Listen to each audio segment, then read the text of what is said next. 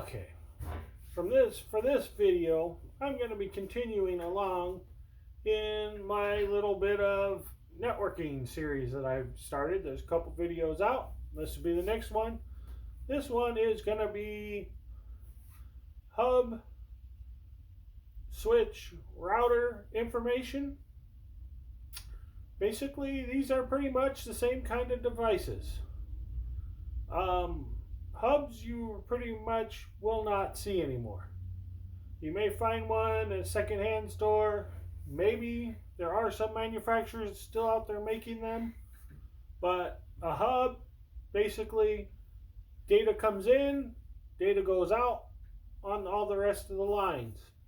It does not do the same as a switch or a router. It will send a lot more packets on your data lines, a lot more traffic, because it does not signify where it needs to go. You can go online, check out some videos from some others, but I'm not going to go into too much detail on a hub. If I do, it's going to be in the legacy section. I'll probably do an independent video just on that, because it's old technology, it's legacy, it's ancient, it's stuff that really you shouldn't be using. You can still use it at home and a few other places, but they're not gigabit. A lot of days, a lot of computers, everything is running gigabit. If you're running 10100, 10 gigabit, that, yeah, you can probably use that on some older technology and some other things, but you'd have to look at what speeds they are. But I mean, it can be used as a cost cutting feature if you're not using it for streaming and a lot of things that people use them for nowadays. The next is a switch and router. They're basically can be somewhat interchangeable. If you need multiple switches because you have multiple lines, there's a difference really between a switch and a router. Switches usually have more ports. These little things on the back here, the ports. Switches usually have more. You can get switches that are 50 port, 100 port. You get into businesses, they make some big switches that cover 2U, 4Us. U's are the spacing on the rack. You can get into a single switch that has a lot of ports. I don't know too many businesses that will actually use that kind of bigger switch, because when you get into bandwidth nowadays, the devices can't really handle 300 ports all using gigabit. They're not fast enough, so they don't allow that many ports on those switches. I used to find them on the 10100 style. Back in the old days, you would find some of the bigger switches with a lot of ports, because the speed wasn't there. You're running 10, maybe 100 max. Most of the time in the old days, you weren't running that kind of speed. So that's where they had those ports.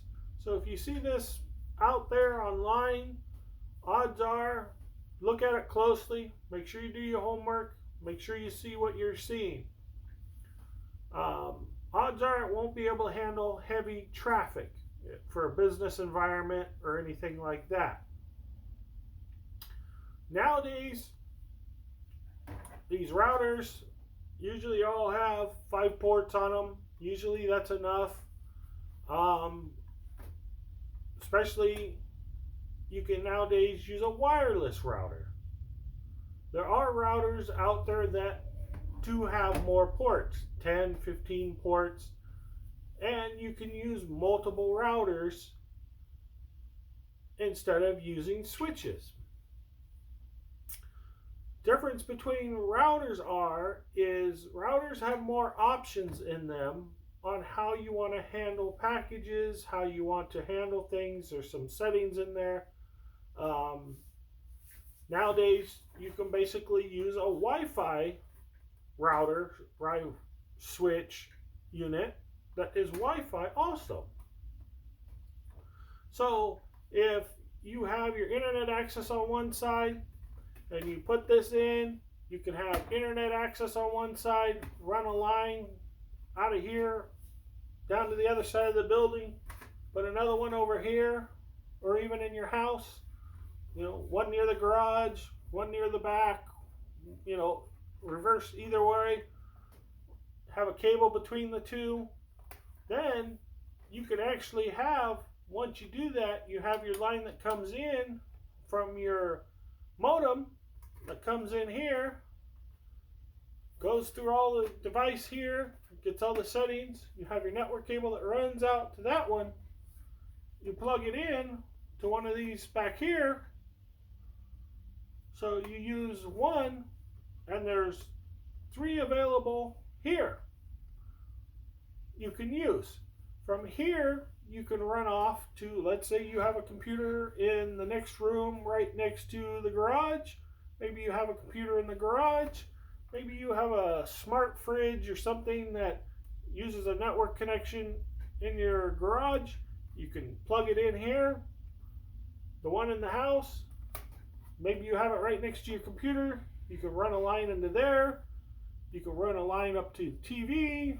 You can run a line wherever you need to, and you have these. You don't have to buy extra once you do this. Because nowadays a lot of things are running through Wi-Fi.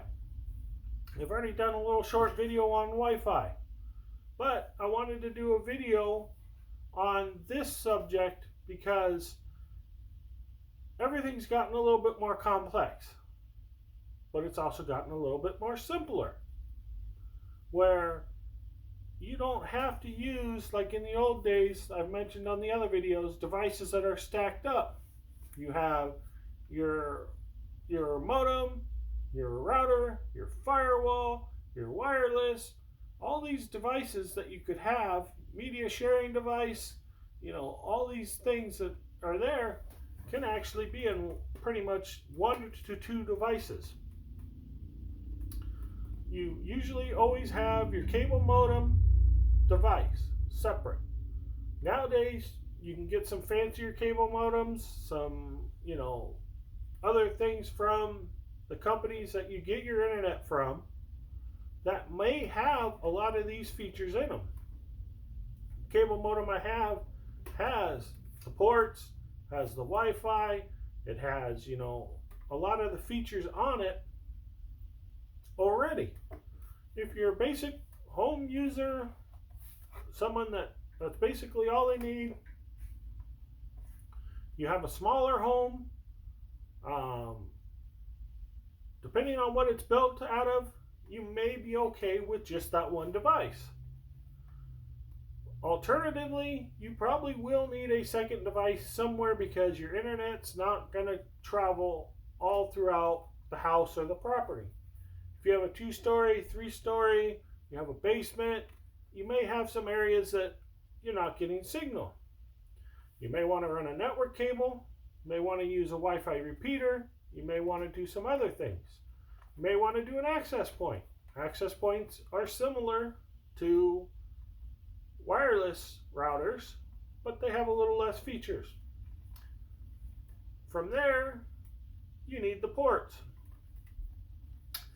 Main thing between router and switch is switches do not give out IP, does not do DNS or DHCP, does not do DHCP.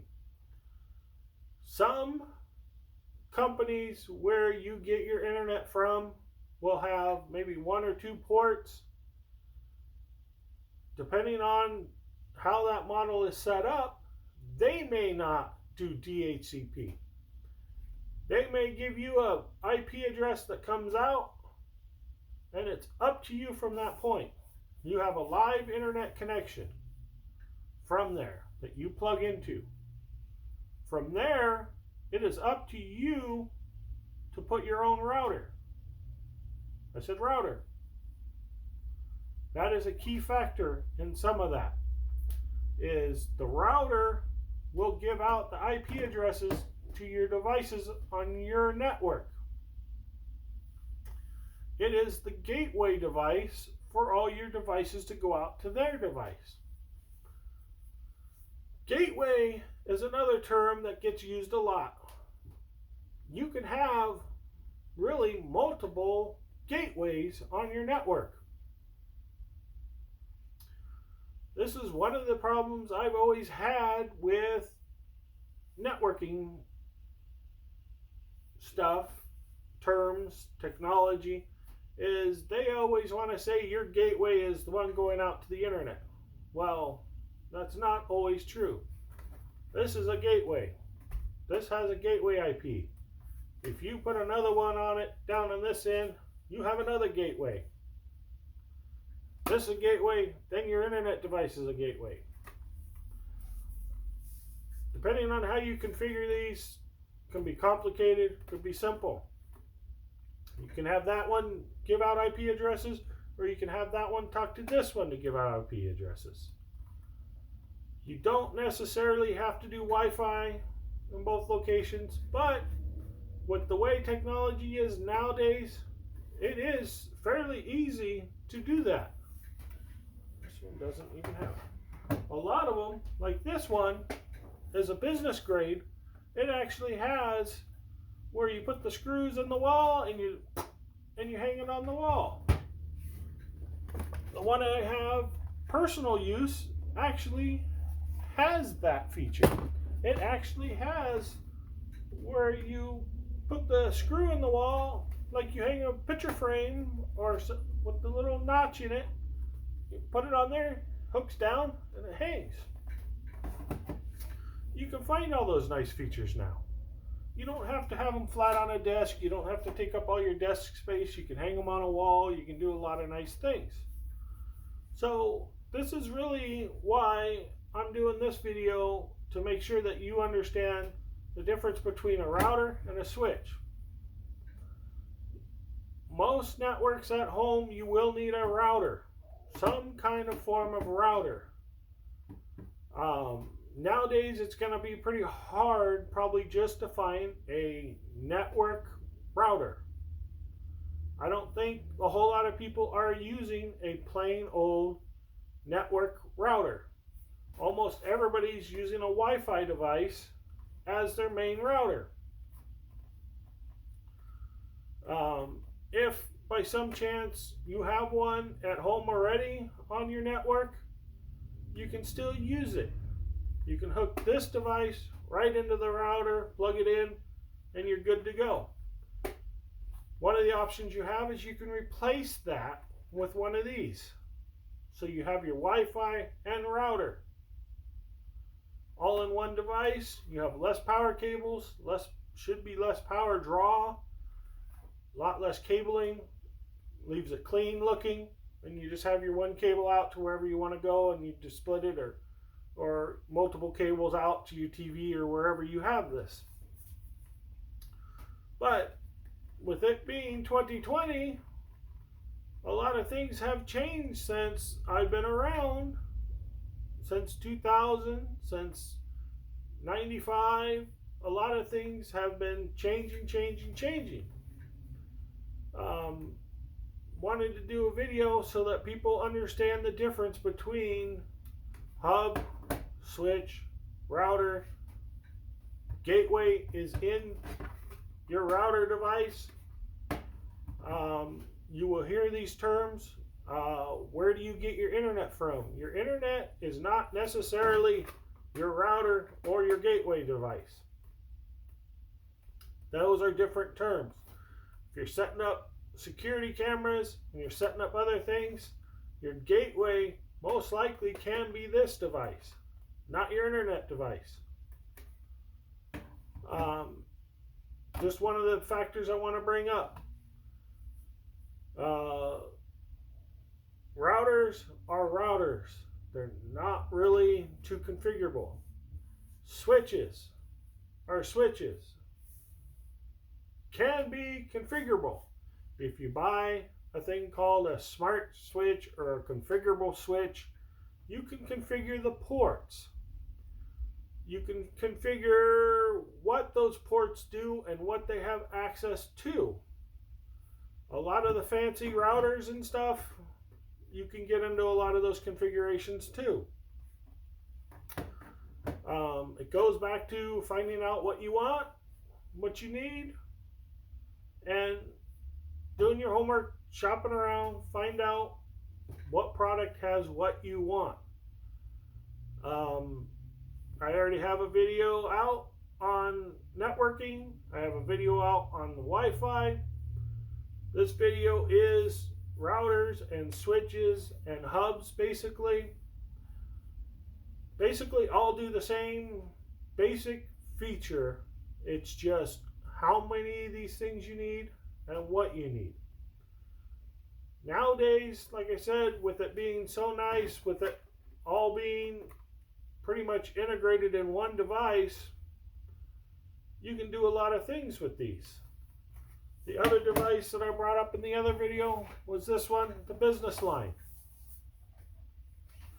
You have the port for where you come in from your internet device into here.